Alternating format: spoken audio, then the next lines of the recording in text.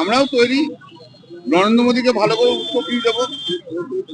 এই 2026-এর নির্বাচনে মমতা বন্দ্যোপাধ্যায় 250টা সিট নিয়ে আসবে।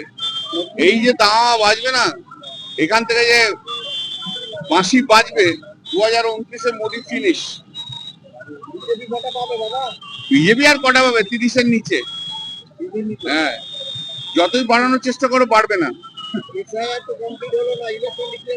এসআইআর কমপ্লিট, ইলেকশন না, ইলেকশন নমিনেশন ফাইলের আগে পর্যন্ত এসআইআর এর সব কাজ হবে এবং সুপ্রিম কোর্ট বলে যে বাই চান্স যদি কিছু না হয় সেটা ওরা দেখবে। এর চেয়ে আর কি করবেন? নরেন্দ্র মোদীর মতো জুমলাবাজ গুন্ডা বদমাস তো আর নেই।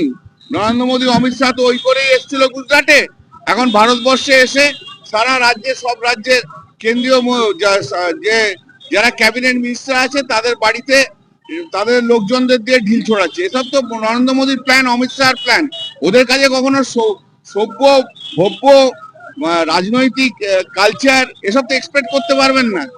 এরা নরেন্দ্র মোদী দেশটাকে বেছে দিয়েছে, আমেরিকার কাছে নিজে মাথা নিচু করে দেশকে শেষ করে দিয়েছে। মানুষ এবার যোগ্য জবাব দেবে।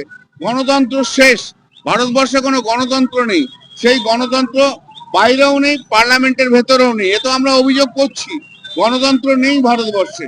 ভারতবর্ষ ধর্মনিরপেক্ষতাকে নষ্ট করে দিয়েছে নরেন্দ্র মোদী। নরেন্দ্র মোদীর মতো ওয়ার্স্ট প্রাইম মিনিস্টার ভারতবর্ষে কখনো আসেনি।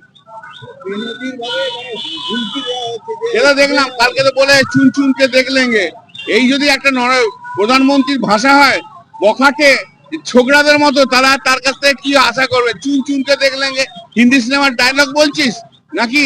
না বখাটে ছেলেদের মতো কথা বলছে। একটা থার্ড ক্লাস লোক নরেন্দ্র মোদী। চারিদিকে প্রচারে যাচ্ছেন কিন্তু সংসদে যাচ্ছে না। ও কোনোদিনই সংসদে যায়নি, ও সংসদেও যায় না বেশি। ওর অ্যাটেন্ডেন্স হচ্ছে 2% সংসদে, 2%ও নয়।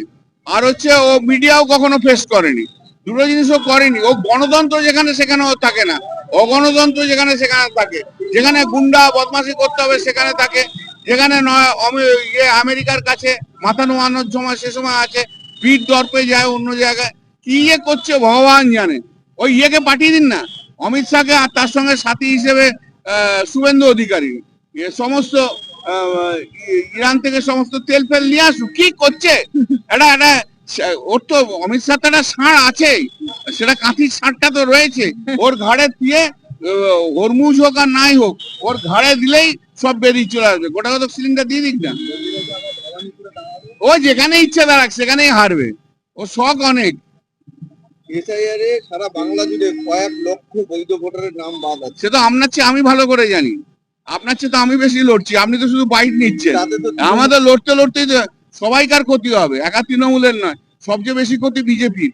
হিন্দু মহিলাদের এত নাম কাটা গেছে, বিজেপি বুঝবে যে কোন জায়গায় করেছে। রাস্তায় নামতে দিন না।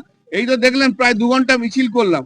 কি লোকের, জনগণের সাড়া, কিসের জন্য সাড়া? তারা তো বুঝতেই পারছে যে আমাদের গণতান্ত্রিক অধিকারকে কেড়ে নিচ্ছে এই বিজেপি। আর আমাদের যতটা উন্নয়নের দরকার ততটা মমতা ব্যানার্জি করছে। এই তো এত তো সাড়া, আর এত সাড়া আছে বলি তো আপনারা দৌড়ে দৌড়ে এসছেন।